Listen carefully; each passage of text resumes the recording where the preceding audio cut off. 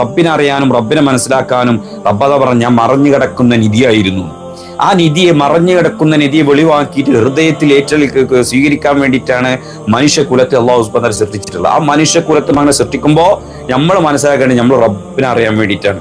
അപ്പൊ റബ്ബ് അങ്ങനെ നമ്മൾ ചെയ്ത് റബ്ബിലേക്ക് ഇബാദത്ത് ചെയ്ത് അടുത്തടുത്തടുത്ത് പോകുമ്പോ റബ്ബ് തരുന്ന അവനനുസരിച്ചതിന്റെ പേരിൽ റബ്ബ് നമുക്ക് ഓശാരായിട്ട് തരുന്നതാണ് എന്ത്? സ്വർഗം. ആ സ്വർഗത്തിൽ വെച്ചിട്ടാണ് റബ്ബിനെ കാണുക എന്നുള്ളതുകൊണ്ട് ആ സ്വർഗം എനിക്ക് വേണം, കാരണം റബ്ബിനെ കാണണം എന്നുള്ളത് കൊണ്ടാണ്. അതല്ല നരകത്തിലാണ് റബ്ബിനെ കാണുക എങ്കിൽ എനിക്ക് ആ നരകം മതി എന്ന് പറഞ്ഞ മഹാന്മാരില്ലേ? അപ്പൊ സ്വർഗത്തിന് വേണ്ടിയിട്ടല്ല, മറിച്ച് എന്തിനു വേണ്ടിയിട്ടാണ്?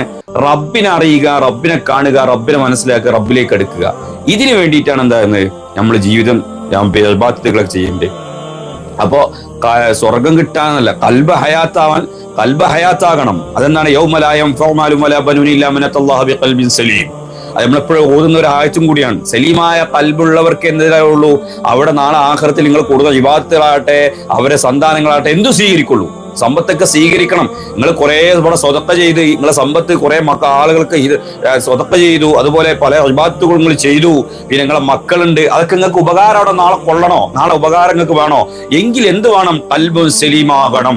എല്ലാ ന്യൂനതകളിലും എല്ലാ തെറ്റുകുറ്റങ്ങളിലും രക്ഷപ്പെട്ട കൽബ് നിങ്ങൾക്ക് വേണം എന്ന് പരിശുദ്ധ അള്ളാഹ് പറയാണ്. എങ്കിലേ നിങ്ങൾക്ക് എന്താവുള്ളൂ? ഇതൊക്കെ നിങ്ങൾക്ക് ഉപകാരമുള്ളൂ. അപ്പൊ കൽബ് സലീമാകൽ നിർബന്ധമാണ്. അപ്പൊ കൽബ് ഹയാത്താകണം. കൽബ് ഹയാത്തായാലും എന്താ ഉള്ളൂ ഇതുണ്ടോ? അപ്പൊ ഞാൻ ഹയാത്താനുള്ള വിഷയം നേരത്തെ പറഞ്ഞല്ലോ, അത് ചെയ്താൽ മതി. ഇൻഷാ അല്ലാഹ്. മകന്റെ സ്വഭാവം